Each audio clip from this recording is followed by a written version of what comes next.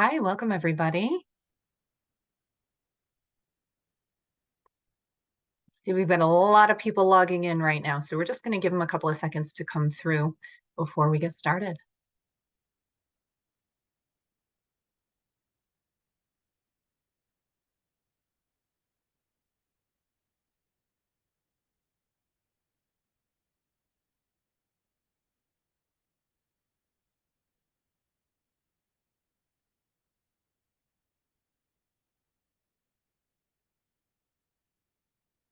Okay, perfect. Everybody's right on time. I love that. So, hi everybody, welcome. We're excited to have you here today. Just want to let you know that we are recording this information session. So for if any reason, if you need to log off early or if you missed something, you can actually go back and watch that. We're going to send out the link to anyone who registered for this information session sometime within the next week or so. So I figure we'll get started with some introductions. We've got several people on this webinar today.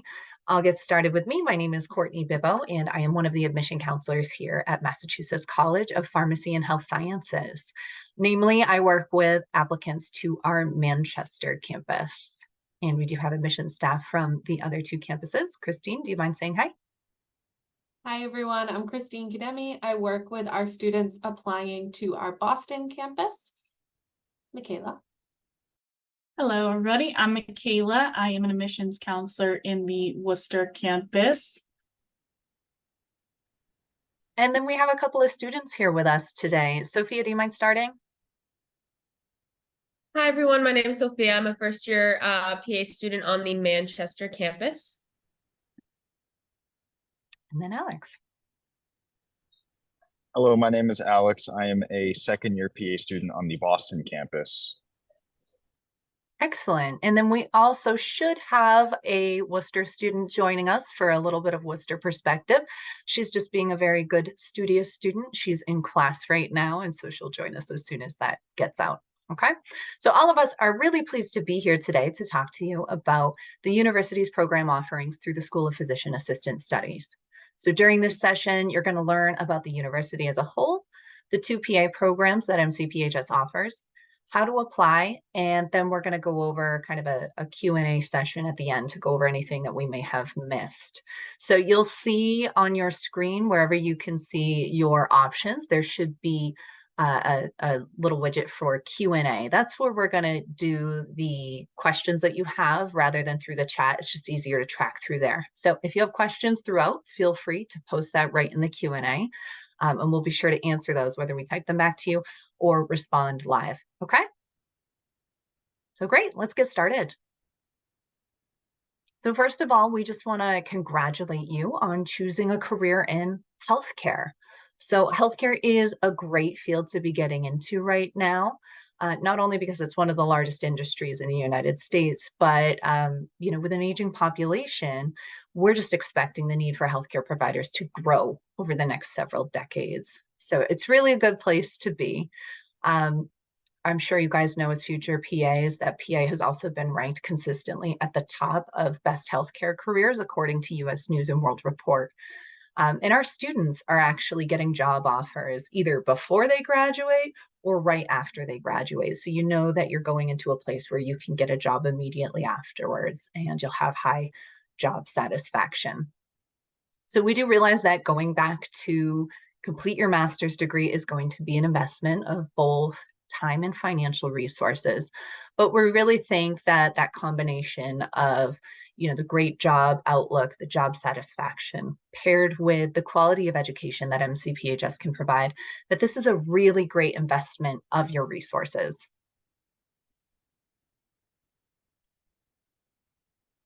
So if you're not familiar with MCPHS, I'll tell you a little bit about us. So we are a healthcare specific university, and I think that that's something really important to highlight.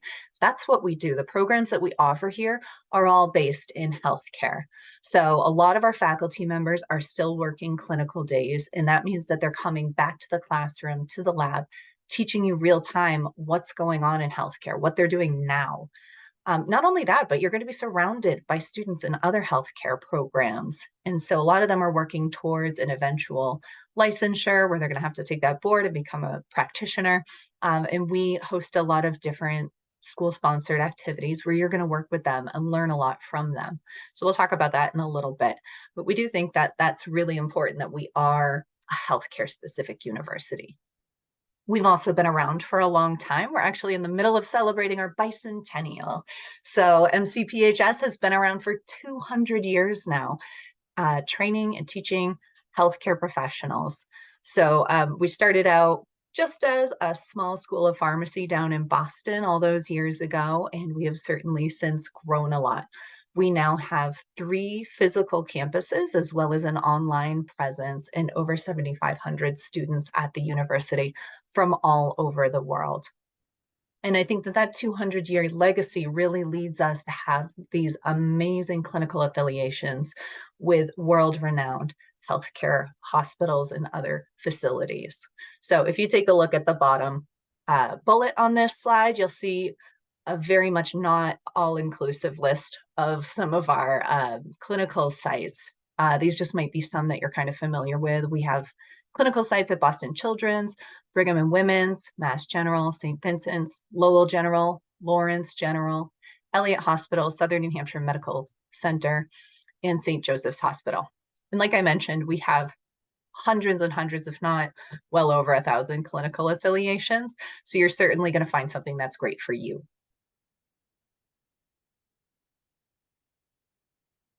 I'm sure you're kind of wondering what it's like to be a student here, so I'm going to have the students jump in here in just a second. But, we do offer a lot of stuff here at MCPHS that can support you as you make your way through this busy and intensive graduate program.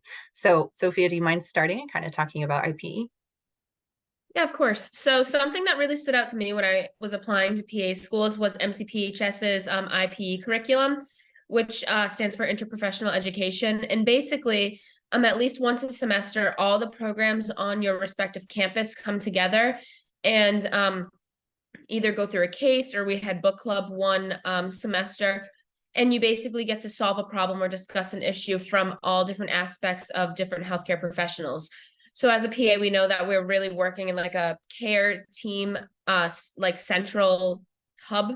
So we get to get ideas from occupational therapy and physical therapy and nursing and acupuncture and pharmacy. And so it really allows you to simulate what the work experience will be coming together as a healthcare team.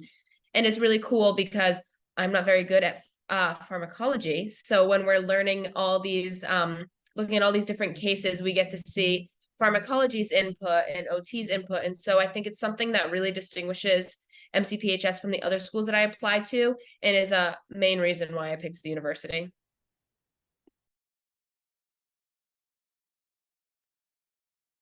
Great, thanks. Alex, do you mind jumping in and talking about kind of student support services that we have? Yeah, so I'd like to first start off by talking about the faculty advisors at the school. On staff here at Boston, we have PAs from multiple different fields. So they all employ a very open door policy where you're able to really feel comfortable going to talk to them whenever you need to.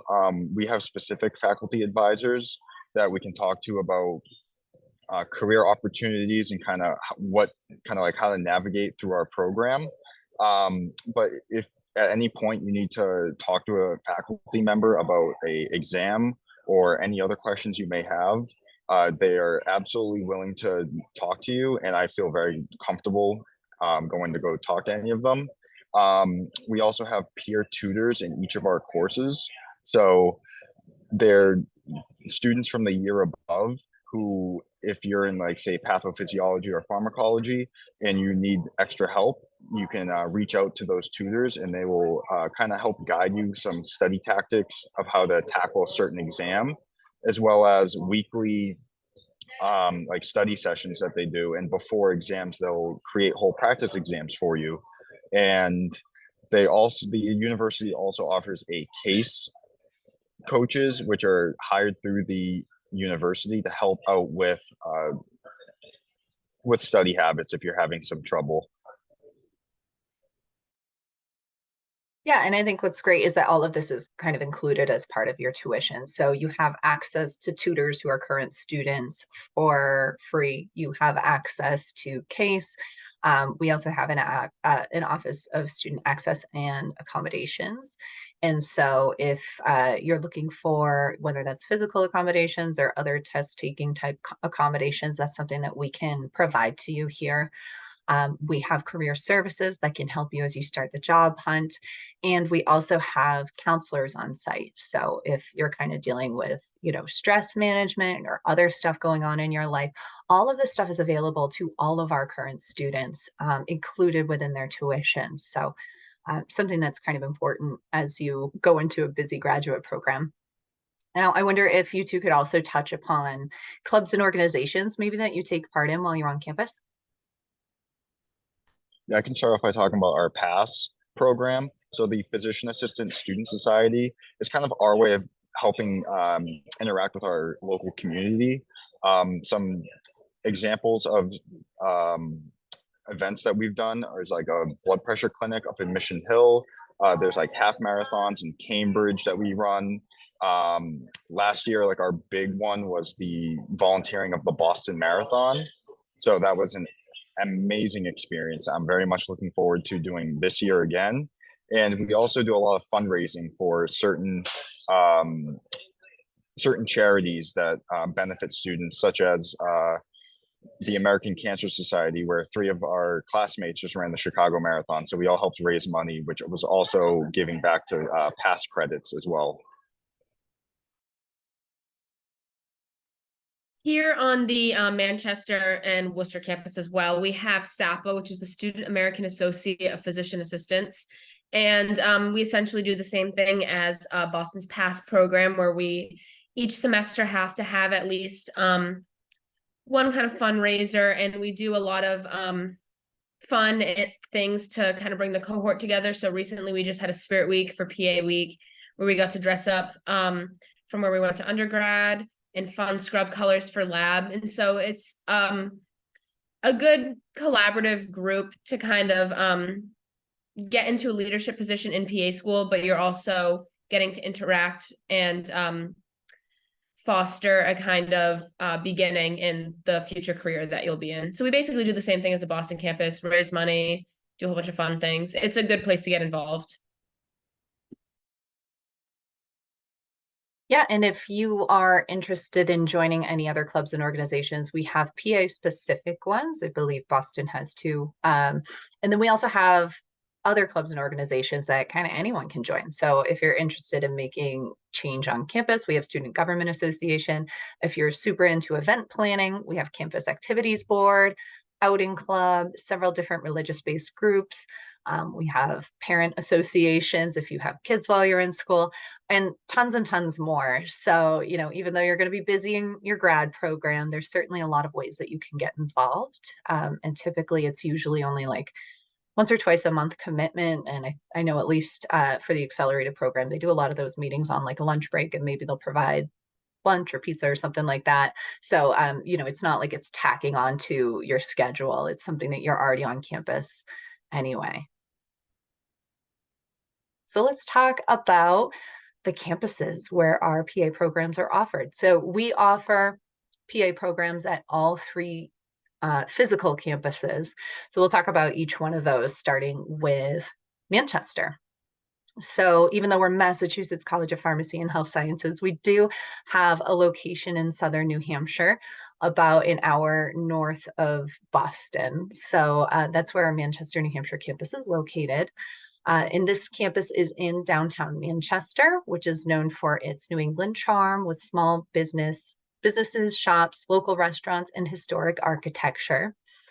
Within a short walk or drive from campus, you're going to have access to lots of different things, including parks, museums, local sports teams and arenas, local and historic theaters, concert venue, and more. We're also really well placed for kind of getting anywhere you want to go, any kind of environment you want to be in, I would say. So we're a small city in Manchester, but if you're looking to get that kind of bigger city experience, like I mentioned, we're an hour north of Boston, so you could do like a day or a weekend trip down there. We're about an hour away from the seacoast if you wanted to head out to the beaches.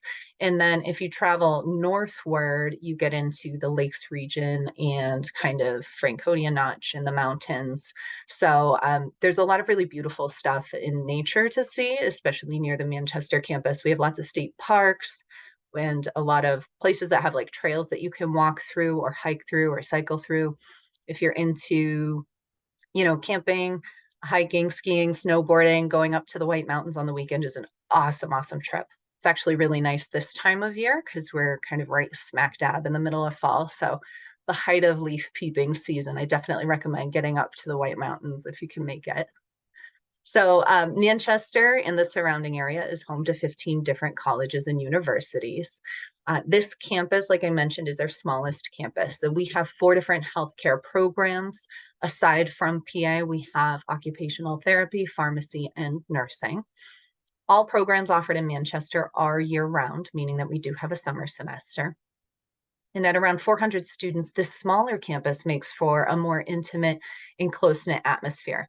So you're definitely going to get to know all of your classmates and all of your faculty really well, but we definitely have a culture where kind of everybody knows everybody on campus. And so you'll really get to know the students from the other programs. And depending on how active you are on campus, you're going to make some lifelong friends, both inside and outside of the PA program.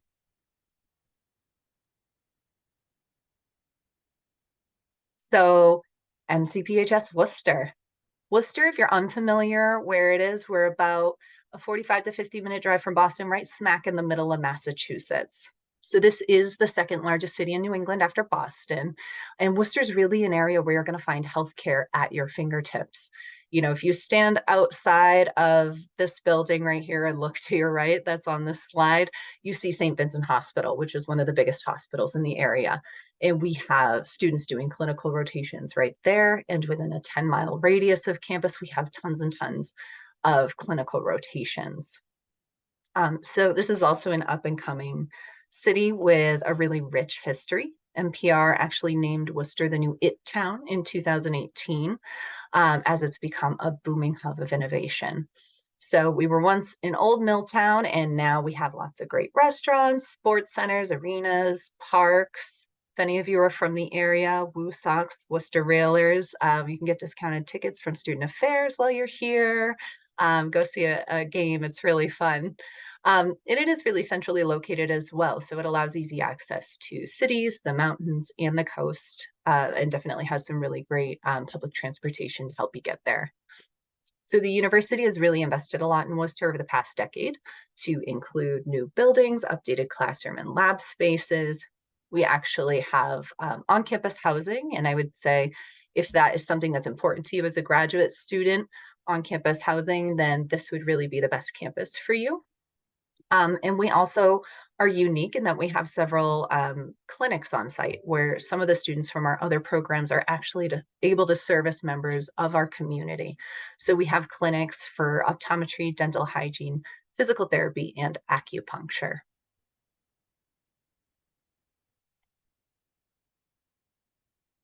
And then last but certainly not least is our Boston campus.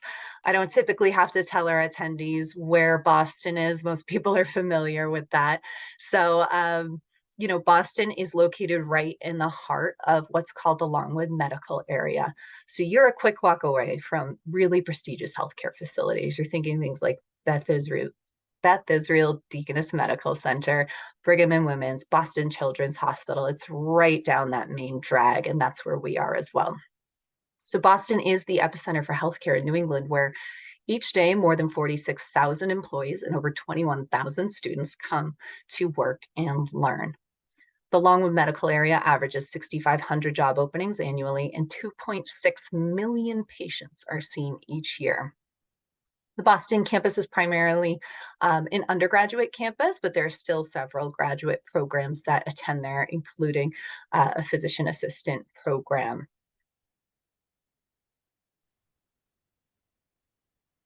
All right, so let's go into talking about those programs a little bit. So we'll go ahead and start with the Manchester and Worcester campuses. So for the PA programs, those have a spring start. And one kind of unique thing about the start date is that compared to other PA programs, This means that our students get to graduate in December, which is great because that's actually a time where fewer people are applying to positions and applying to jobs in their field. So it can be a great benefit to having that spring start. This program does go year round and including summers, which is why it's considered an accelerated master's. And it goes for 2 years. The first year is a 12-month didactic year. After that, you move into 12 months of your clinical rotations. These are split up into 9 5-week rotations that can be all over the Northeast. And those are offered both at our Worcester and Manchester campuses. Our Worcester cohort has 70 openings for seats for our students, and our Manchester campus has 55. We also like to note here, there are no noticeable differences between the two campuses. They have the exact same schedule, the same curriculum, and there's no major difference in the program at all, just the location. And we also like to note about that as well, that the acceptance rate is the same at both. So even though there might be 70 seats in Worcester and 55 in Manchester, they both have the same acceptance rate for both programs. For our Boston program, we have a fall start. And this is a 32-month program total, 32-month program that includes 4 semesters of your didactic and then 3 of clinical rotations. And this program follows a typical fall spring schedule for your 4 didactic semesters. So you do have the summers off during those first 2 years there. And then after that, you will have year round with summers included that begin on your 2nd year in the program when you're on your clinical rotations. And this is also includes the 9 5-week rotations all across the Northeast. For Boston, our class size is 100 with some seats taken by internal Boston pathway students. So Boston does have a pathway program where some students get put into that. And we also like to note here that for the prerequisites, it requires 33 semester hours as one of the requirements as well.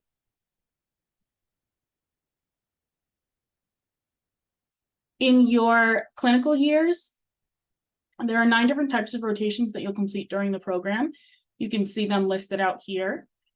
You'll be assigned different rotation sites ahead of your clinical year so that you have time to plan. We want to make sure that you have time to do whatever you need to do before doing that. So you will have time to do that. And these sites are all over the Northeast, but we do have some high concentrated areas in New York and Mass as well.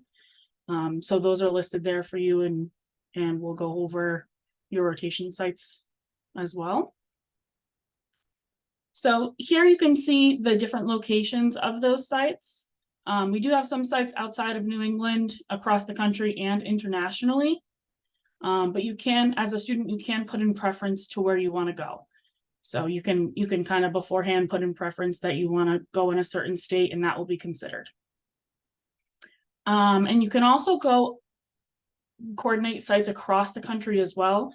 So just because they're listed here doesn't mean that you can't, say request going to California. You could absolutely do that if that's where you're from and you'd love to have a rotation close to home. You could absolutely put in a request for that as well. Let's see. So can our students talk a little bit about how that rotation selection process works?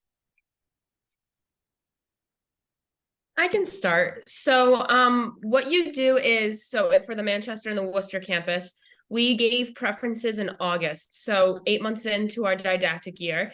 And for each rotation that they had on the slide previous, you get to rank spots 1 through 20 of where you want to go. So you rank the location, the hospital, and the preceptor. Some places only have 1. And then that's open for about 2 weeks. And then at the end of September, we got all our rotations. So for surgery, you're here with this preceptor. For internal medicine, you're here with this preceptor. So you get everything starting. Since we start rotations in January, we got it about 3 months in advance, and you get the whole year. So it's a pretty easy process. It does go through something called the spin. So if Shelby and I both really wanted like one hospital really badly and they only had 1 spot, it basically goes through like a lottery system to assign you. But if no one wanted to go to some random hospital in Maine and I ranked that as my top, I would probably get it. So it really depends on the other students in the cohort, who else ranks what and where you want to go. But at least in my experience, I got at least my top 3 options for most of them. So it works out pretty fairly. Yeah, and I would kind of agree with Sophia. I'm from Minnesota originally, so I wanted rotations obviously back home because that's kind of where I want to lay down my roots. So I wanted my connections back home. The process was super easy. You kind of just find, but it's kind of on your own, if that makes sense. They're not going to hold your hand completely through it. So if you want a place or you have connections, you reach out to them and you contact them, and then the school makes it really easy for you to get those assignments and make sure that you're placed in some place that you're actually going to want to be in the future. And like Sophia said, I personally, again, like not from the New England area, so I chose places all over the country. I have a couple in Florida, I have one in Arizona, one in California, obviously 2 back home. So I got those as choices. So it was easier for me in the sense that I luckily kind of got all of my top choices based on the fact that I wasn't choosing a school in New England. And I think that's not common for a lot of other students. A lot of them like to stay in the New England area, and a lot of them, like Sophia said, did get along their like top 3 choices. And I think that's really beneficial. But I think it also proves with my point of MCPHS has a lot of connections throughout the whole country. So you can find so many different rotations and go so many different places and be able to start building your career wherever you kind of want. So I think that kind of proves to a lot of diversity where other schools I was looking at didn't really have that option. So I think that was really beneficial in choosing my school, like choosing MCPHS and then now being able to build my career. So Shelby and Sophia hit on basically all the points that I know about. So we don't actually start submitting our requests for like placements and whatnot until January, I believe. We're in like the beginning stages of figuring all that out. So I have nothing else to add. They hit it on the head. Great. Well, thank you all for sharing. And by the way, welcome Shelby. Shelby's our Worcester student who has joined us. So thank you for that. All right. Let's go into talking a little bit about direct patient care. We do get a lot of questions about what can count towards direct patient care. We realize that it's part of the application process and it can be very challenging since many programs have different expectations for what direct patient care actually is. So here are a few tips and important reminders when looking at that. So job descriptions and day-to-day responsibilities are more important than the job title itself. So definitely look at what you're doing in the position, not necessarily the name of the title. That's what you're going to want to look at there. All patient care hours must be completed prior to applying to the PA program. So your direct patient care hours that you put on your application, once submitted, those are the hours that we're going to take. So just make sure you understand that when applying. And patient care experience may not include caring for a relative or family member. So if you were taking care of a relative or family member, that's not considered direct patient care. It would be somebody else. All right. So going through this slide, we're going to talk a little bit about different examples in a role in which you're directly responsible for patient care. So administering medications, performing procedures, evaluating patients, bedside medical care, drawing blood, obtaining EKGs, directing a course of treatment, and taking vitals. So this is kind of what we talk about looking at that job description, seeing what it involves. These are all types of things that would be considered direct patient care. So maybe the title might not directly say this, but these are all things that we would consider to be so. There is also one exception as well to that, medical scribes. That is an exception. We do take that as direct patient care. So just something to keep in mind as well. All right, so some examples of roles. The most common ways of getting patient care include nursing assistants or roles that require a CNA or LNA license, medical assistants, EMTs, things like that. And we also like to mention, again, you'll see on this list, medical scribe. So that does fall into this category as well. Candidates are definitely encouraged to seek out patient care in a setting where PAs work. So for example, you could get a position that's considered direct patient care in a dentist or optometrist office, but you may not have a PA working with you directly. So it is just something to consider. It is great if you are able to get one of those roles where you can work directly with a PA as well. If our students could also quickly go over how you got your direct patient care ahead of applying, that would be great. I can go first. I had about 2,000 hours of being a certified nursing assistant and about another, probably closer to 1,000 hours being a nursing unit secretary. I did probably about 1,000 hours EMT, probably 2,000 CNA, and then probably another like 600 of phlebotomy. So I kind of had like a good mix and like a good foundational base, and that's not common. Most people usually come in with one different thing, but I was just trying to be like knick-knacky and be like, all right, let's be a little versatile and just kind of see what else I liked. So that was my experience. I believe I applied as soon as I hit the 500-hour mark. So I think that just goes to show that MCPHS really looks at you holistically, because I did not have 6,000 hours, but I did do research and got a master's degree. So if you're, for most schools, if they look at you holistically, as long as you pass the minimum, they take a look at your whole application, as me, because I literally had 1 hour over the limit.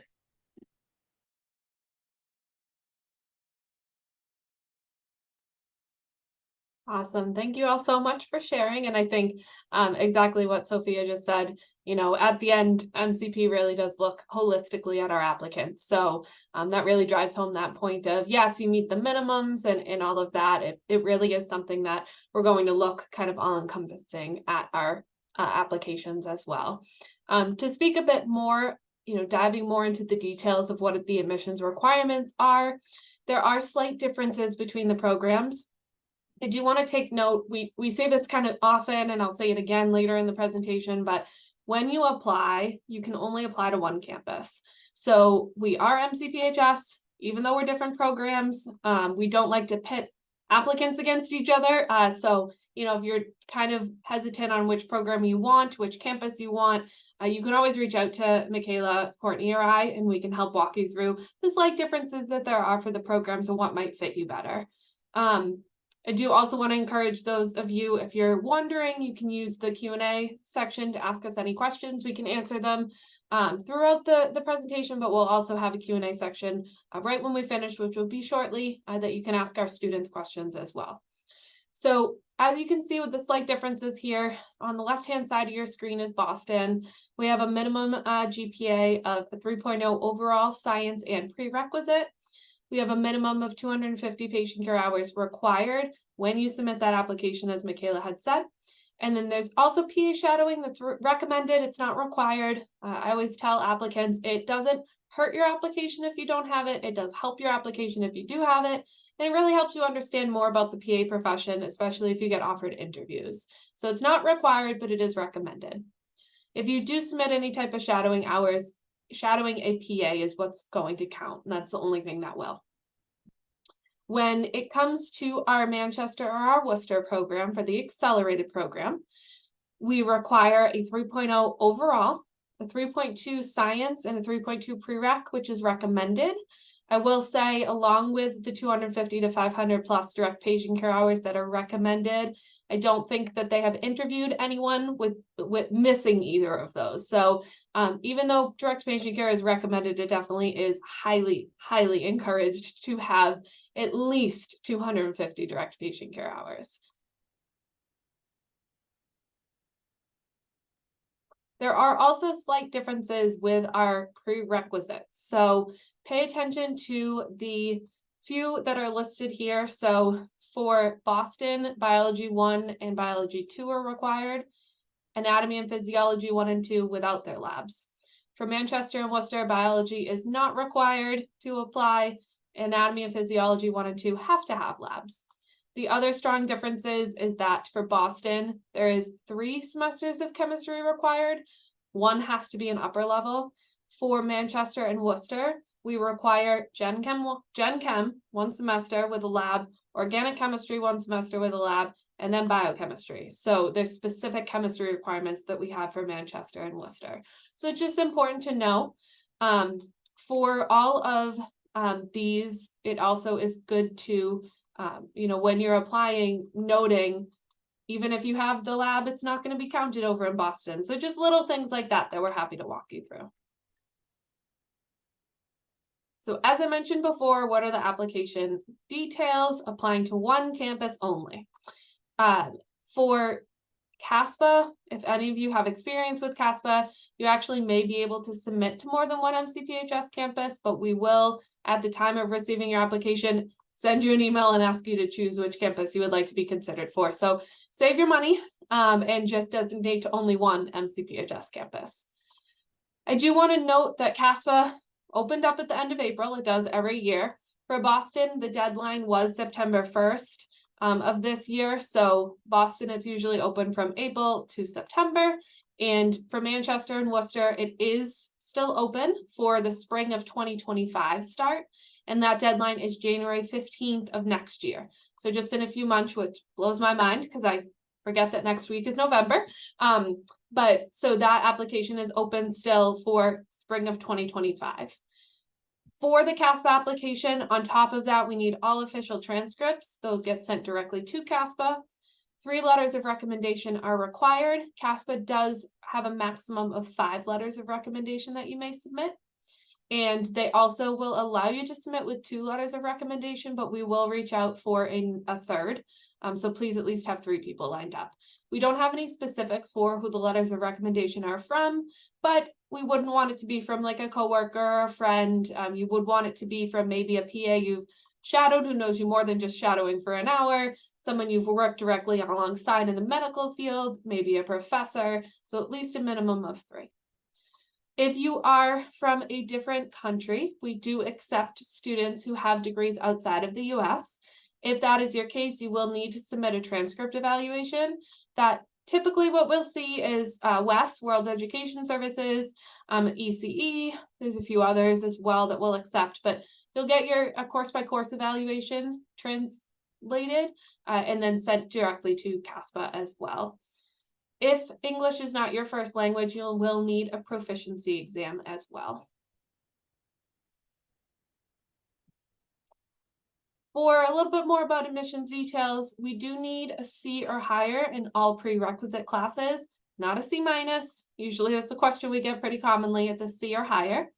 You can apply and be considered for an interview with no more than 2 outstanding, so either missing or in progress prerequisite classes. And there is a 10-year expiration on all math and science prerequisites. So the way that we think about that is if you're applying for fall of 2024, anything prior to fall of 2014 would be past that 10 years. So know that for your math and sciences. The one exception is psychology. Psychology is a soft science, so it actually does not fall under that 10-year limit. We will, as we mentioned before, we're going to look holistically at your application. We will prioritize higher GPAs, cumulatives, your overall, your science, your prereq. That we do have some frequently asked questions in the next few slides. So I'll talk about what our average GPAs have been for our incoming classes. We'll also look at your prerequisite progress, making sure that you don't have any more than 2 that are missing. Your experiences, your interest, your motivation, all of that comes into the holistic view. And then when you submit your application. So knowing that we are rolling admissions, so we review applications as we receive them, and we do hold interviews throughout the cycle as well. So knowing that the earlier you submit, you may be chosen for an interview sooner, may be able to fill a spot sooner. So it's really all about timing of application as well. Want to talk quick about your interview day and then just hear some tips from our students about that. But for Boston, we historically hold our interviews in the summer through the fall. For Manchester and Worcester, they typically will start their interview process in October and will go through February and March. We will send out interview invitations by email. And if you are chosen for an interview, you will receive a link to be able to schedule that interview as well. In terms of how interviews are being held, we're doing them in a mixed format this cycle. So for next cycle, we'll let you know once it is determined. So what to expect from the interview day? So for our campuses, they all have an introductory video or a presentation that happens. Interview with faculty and alumni, a written exercise for the Boston campus, and we have a student panel for Boston and Worcester and Manchester, but it's really well known for our Worcester and Manchester to have that student panel there. And then you'll also have a next steps with the admissions office when you'll expect to hear back with the decision and what to kind of expect for a timeline for us as well. I do want to pass it off to our students.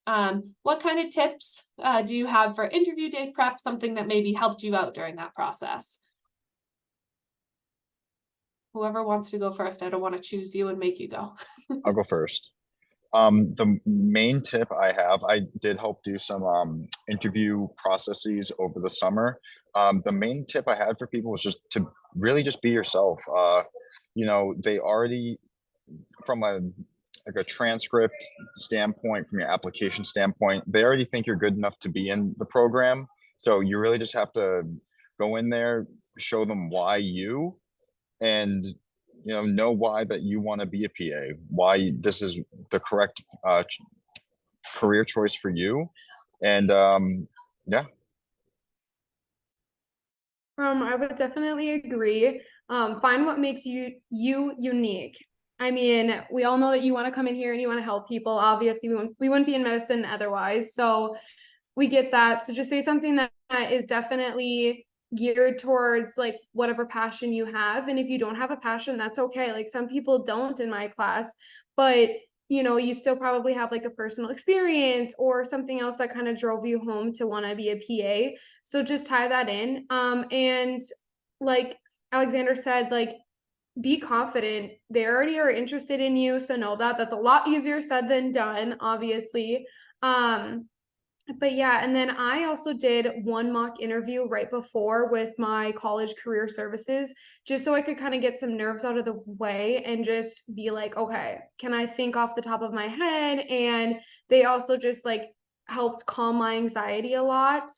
So if that's available to you, I would recommend that. Otherwise, just ask like your dad or your mom or some family member or friend and write down like, be like, okay, these are possible questions they could ask me, and then kind of just maybe do like a conversation, at a certain point during whenever, and just see if you can think off the top of your head and it's a good enough answer for you. And it kind of just helps you formulate a more cohesive thought when you're trying to answer. And also, a lot of people don't like to do this, but if you just take a second and they ask you a question, you're like, okay, I need a minute to think about that and gather my thoughts. That's totally acceptable.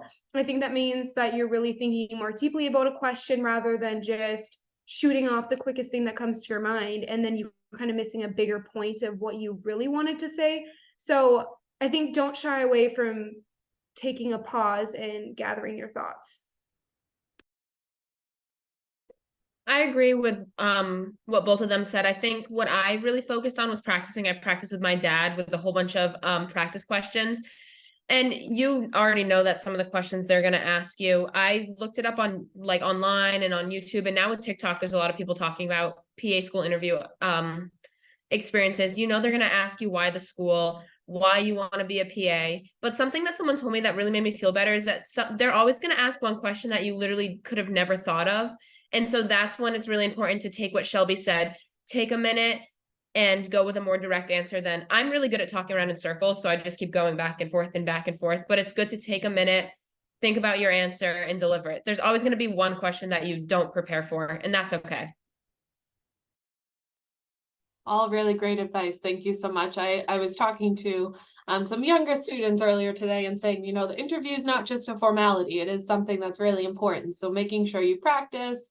And what's really nice too is that you'll hear from a lot of applicants that MCPHS, all three campuses, we have pretty laid back interviews where they really want to get to know you. And they want to know, as Alex was saying, why you want PA, why you think that you fit, why would you fit at MCPHS? So really important and something to know.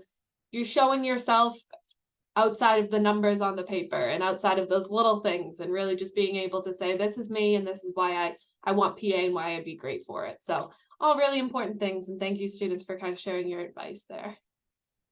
Want to go over a little bit of some frequently asked questions that we have. If it answers one of your questions that you're thinking of right now, wonderful. If you want some more clarification, please feel free to write it in the Q&A.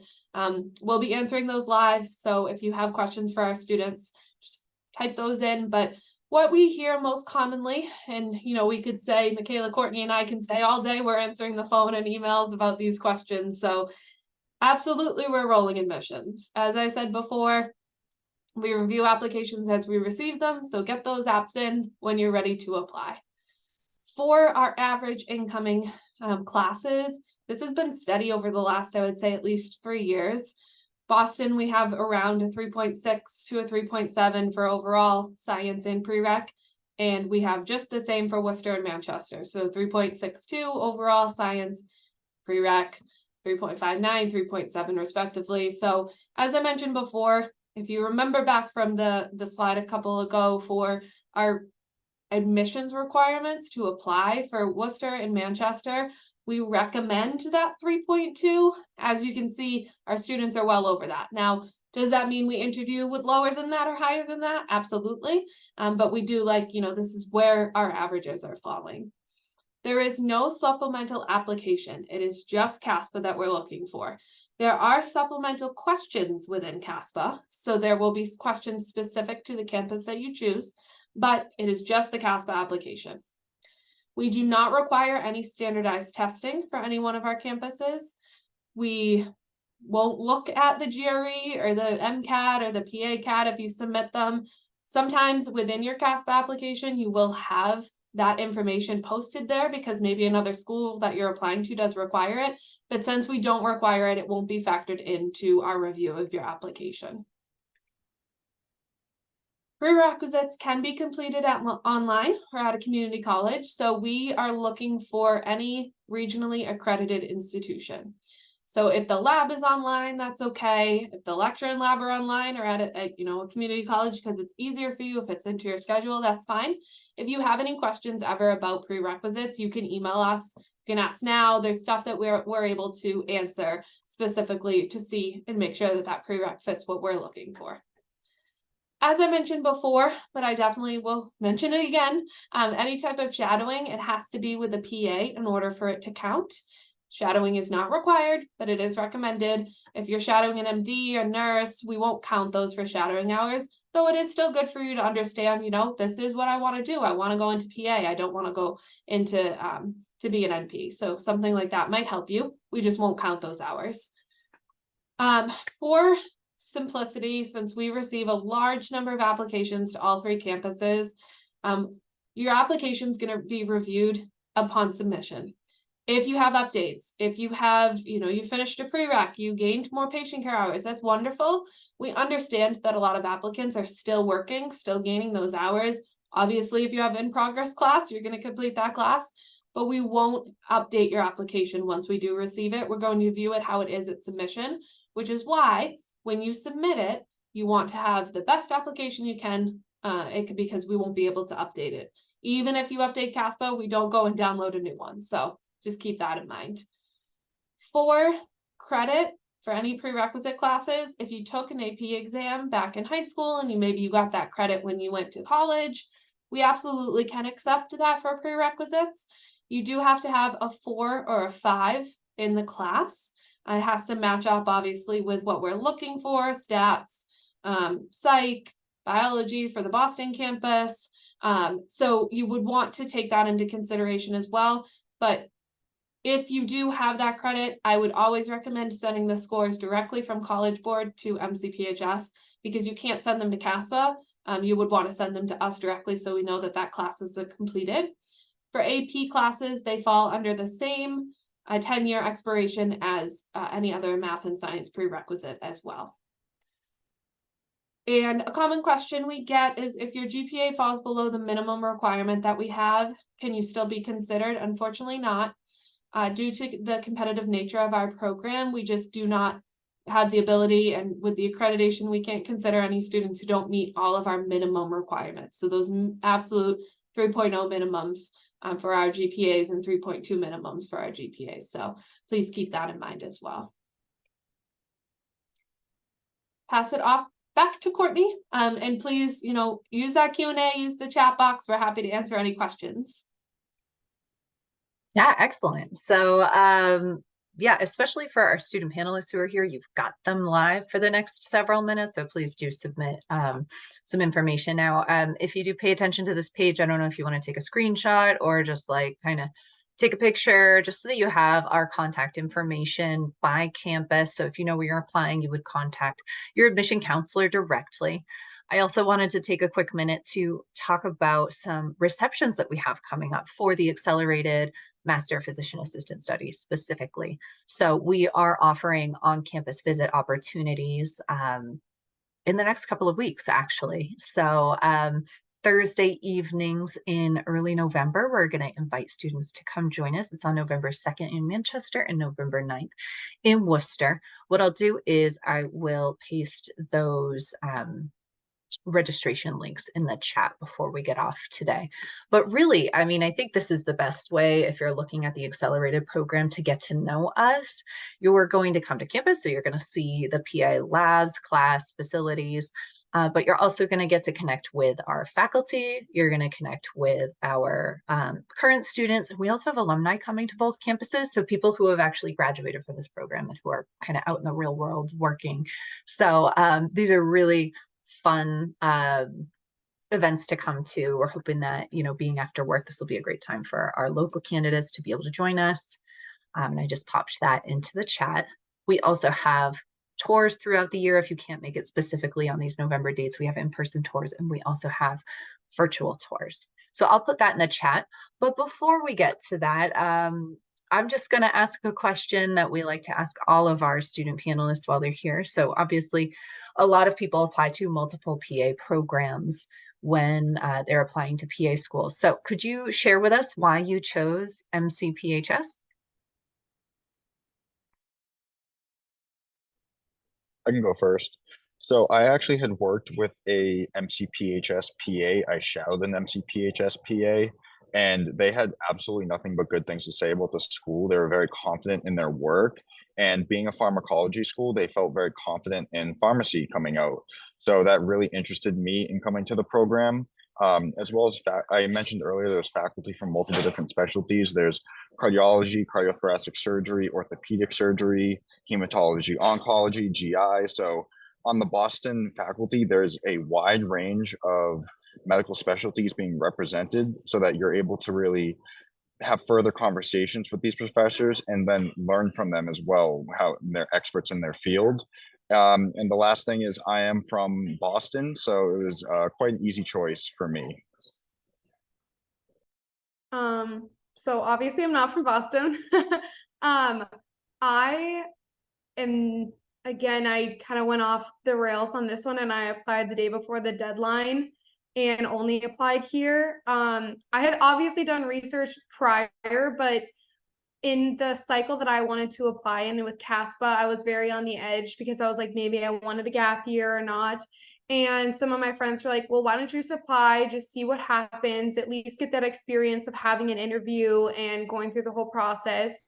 And thankfully MCPHS picked me up. But what drew me in from straying away from the Midwest was the amount of opportunities that I would say that the East Coast offers compared to, I would say, a lot of other states. I mean, it is a mecca of healthcare. You have Mass General, you have Dana-Farber, you have so many other places that you can have connections to. And I really loved that aspect. And also, I liked the longevity of MCPHS. It's very established. It's been here for I think, what are we celebrating the 200 years or something like that. So you know that what you're getting with this program is long-standing and it's not something new. So they've kind of worked out a lot of different kinks. And like Alex said too, our faculty is a huge array of different professors from a lot of different fields, which gives you a huge variety of different disciplines and also mindsets on how you can do things and how you can manipulate the body to kind of work with what you have and the knowledge that you bring. So I think that's been super beneficial, especially in patient assessment or our actual clinical work, because we have a dermatology professor, and right now we were just working with shave biopsies and doing a few dermatological procedures. And obviously, like, I'm gonna get great experience because I had that with her. So I think that was that's been a big benefit, but I knew coming in to hear that they had a wide array of faculty. So I like that. Yeah, I agree with what they both said. I was keen to MCPHS because the PA that I shouted also went to MCPHS Manchester. And when it came down to like the thread, I was going between two schools, and my dad was like, "Have you ever heard of like the other school I applied to?" I'm like, "No." He's like, "But have you heard of MCPHS?" And I was like, "Yeah, I have." So aside from an awesome interview experience that I had, I think MCPHS was the no-brainer. And I actually live in Massachusetts, but I chose to go to the Manchester campus because I like New Hampshire, and I had been to New Hampshire a lot when I was younger. And I picked Manchester versus Boston because I wanted the 24-month program. I wanted the accelerated program. In my opinion, obviously everyone has their own opinions. I knew PA school was going to be difficult no matter where I went, so I wanted to go in and out in 24 months and just get it over with. But I'm very happy with my decision, and if I had to do it again, I would pick MCPHS Manchester like 1,000 times over. The professors are awesome. I literally love all of them. The class, like the students that we have like a really good environment where we share resources and stuff. I think that this was the best option that I could have picked. Plus, you had an awesome admission counselor, right, Sophia? Can I say? All right, so we've got a couple of questions left. We're going to try to get through these quickly before we have to end the presentation. We don't want to keep anyone on here too long. But for our students, again, how do you find participating in clubs or even outside recreational activities and then juggling that really busy didactic coursework? Is that manageable for you? I can go first again. So since I'm in my second year, I find it much more manageable to quote unquote live a life because we are a longer program. It allows us like more spaced out exam times and less crowded days of classes. Like this semester, I have one lab on a Tuesday and no classes on Thursday, so I'm able to participate in volunteering opportunities, go work out, go to the grocery store, go cook a nice meal. So it's easier for me to say that I can have be able to juggle all of the work. So Sophia and I are obviously in the Worcester, Manchester, and we're 24 months. So a little bit different from Alex in the regard that our exams are very much so happening. We have like probably 2 a week, but that sounds kind of ominous and like, oh, scary, but you manage it, you figure out your time manageable skills.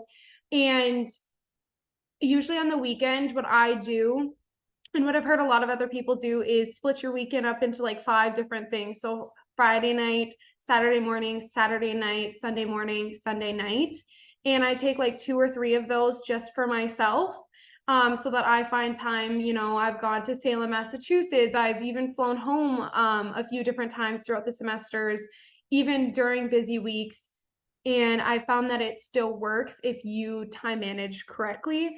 And also with Worcester, I don't really know about Manchester or Boston. For clubs, I would say that we don't have a ridiculous amount in PA school. It's not, we choose, I guess, more to spend time for ourselves rather than being in a club. But if you're definitely interested, you can start them up, you can join them. There's flyers all over campus, so you do have a lot of access. It's just more about picking and choosing your times. My friend and I, though, we also go to the gym, and her and I, we work out all the time, so we are able to fit in like good hot girl walks, nice little workout times, and it's time to like spend with family and friends. So it's manageable. You just have to make sure you manage your time well. I won't keep beating a dead horse. Exactly what they said is exactly right. I think as you go through the program, you get to see what you can like get away with more. So first semester, I really had no time to myself because I spent every minute studying. But third semester and the last semester of didactic year, I know that I don't need to spend, I don't know, some ridiculous amount of hours studying for one exam, and I can take the time to go to the gym or go on a walk and hang out with friends. So you get equated to it regardless. Awesome. And I think if we have time for just one more question, I would love to hear a little bit more about housing. We've gotten questions about housing in the chat. And I'm assuming this is particularly on campus housing. So perhaps a better question for Shelby from Worcester, if you could kind of touch upon that. Yeah, so there's a lot of different options. I live in Salisbury, which is more apartment style. There's Foster, which is more roommate dorm style. And there's a few other options, but it's easy for me because I didn't have to buy furniture. Everything's fully furnished, and I get my own bedroom and bathroom, which is super huge being an adult and having and wanting your own space. Also, it's a fixed rate, so they take it out of like my financial aid, I think, at the beginning of every semester, so I don't have to worry about it month to month, which has been a huge stress reliever, so I don't have to worry about bills every single month. So I would say if you're debating it, I would choose it if you have that availability. And there's also a lot of other different options. They're all on the site, but I know with time I won't talk on the other ones. All right. Yeah. So Worcester really is the great place to be if you want on-campus housing. So Shelby is in those residencies that we offer, and we do have that kind of mix of, studio style apartment all the way up through, we own townhouses. So it's very much like living kind of off campus in a lot of our residences, and looks a little bit different from what you might be thinking as far as like undergraduate housing, dorming, really. So I think that's about all the time that we have here. Hopefully we've been able to answer those questions for you. And again, if you have questions after this, it's certainly not the end of the line. So you've got our contact information here. Please get in touch. Use the chat to register for one of our events. We would absolutely love to see you in person and meet you. And I just want to thank our students for coming by today. I know you guys are in the middle of a super busy semester. So thank you so much for contributing today and helping out our applicants. And to our applicants, hopefully we'll see your application soon. All right. Take care, everyone. Best of luck.